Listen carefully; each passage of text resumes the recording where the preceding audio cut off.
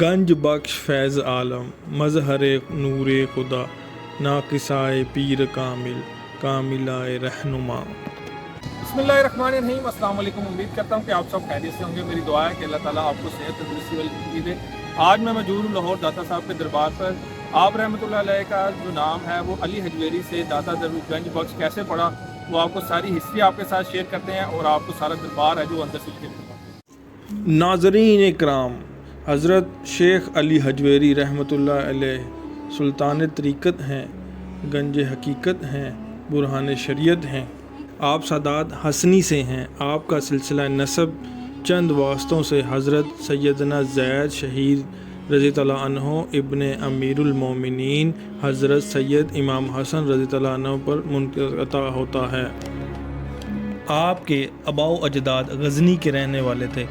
آپ کے دادا کا نام حضرت علی ہے۔ آپ کے والد ماجد کا نام عثمان ہے۔ آپ غزنی میں پیدا ہوئے۔ آپ کا نام علی ہے، حجویر شہر کا نام نہیں ہے۔ اکثر لوگ یہ سمجھتے ہیں کہ آپ کو حجویری اس لیے کہا جاتا ہے کہ آپ حجویر شہر میں رہتے تھے۔ ایسا نہیں ہے، بلکہ غزنی کے ایک محلے کا نام حجویر تھا، اس لیے آپ علی حجویری کہلاتے ہیں۔ آپ کی کنیت ابو الحسن ہے۔ آپ داتا گنج بخش کے لقب سے پکارے جاتے تھے۔ آپ کو داتا گنج بخش کیوں کہا جاتا تھا؟ اس کی وجہ کچھ ایسے ہے کہ خواجہ خواجگان حضرت خواجہ معین الدین چشتی رحمۃ اللہ علیہ جب لاہور میں رونق افروش ہوئے تو آپ کے مزار مبارک پر اعتکاف فرمایا۔ چلتے وقت حضرت خواجہ غریب نواز نے یہ شعر پڑھے: گنج بخش فیض عالم مظہر نور خدا ناقصائے پیر کامل کاملائے رہنما۔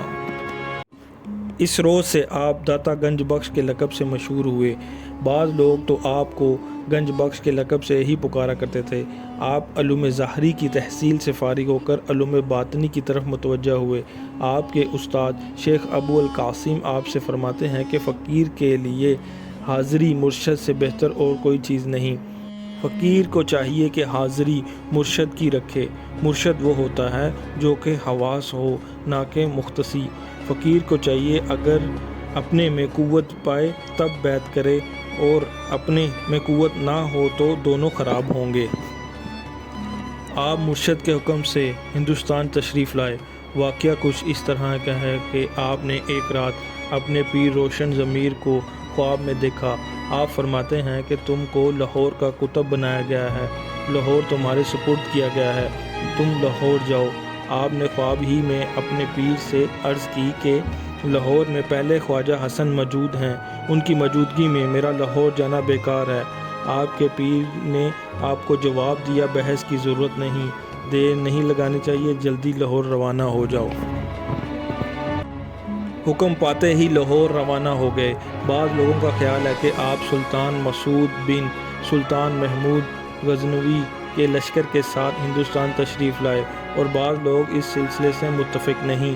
ان کا کہنا ہے کہ آپ شیخ احمد جماعتی کے ہمراہ ہندوستان تشریف لائے۔ لاہور میں پہنچ کر رات ہو جانے کی وجہ سے آپ نے شہر کے باہر قیام فرمایا۔ صبح کو جب شہر میں داخل ہوئے تو ایک جنازہ آتے دیکھا۔ دریافت کرنے پر آپ کو معلوم ہوا حضرت شیخ حسن زنجانی رحمۃ اللہ علیہ کا انتقال ہو چکا ہے۔ اب آپ کو معلوم ہوا کہ پیر و مرشد کے فرمان میں کیا مصلحت تھی۔ آپ نے لاہور میں مستقل سکونت اختیار فرمائی۔ آپ نے سن 465 ہجری میں اس فانی دنیا سے کوچ فرمائی۔ بعض لوگوں کے نزدیک آپ کا انتقال 456 ہجری میں ہوا۔ آپ قطب زمانہ تھے، ذکر فکر اور عبادت میں مشغول رہتے، دنیاوی آسائشوں سے پاک صاف تھے۔ آپ کی ذات سے بہت بندگان خدا کو فیض پہنچا۔ آپ ایک عالم تھے اور آپ نے بہت سی کتابیں لکھیں۔ آپ کی مشہور کتاب میں سے منہاج الدین البیان مشہور و معروف کتاب ہے۔ محترم ناظرین، اب ہم آپ کے سامنے داتا علی حجویری کی چند کرامات آپ کے سامنے پیش کرتے ہیں۔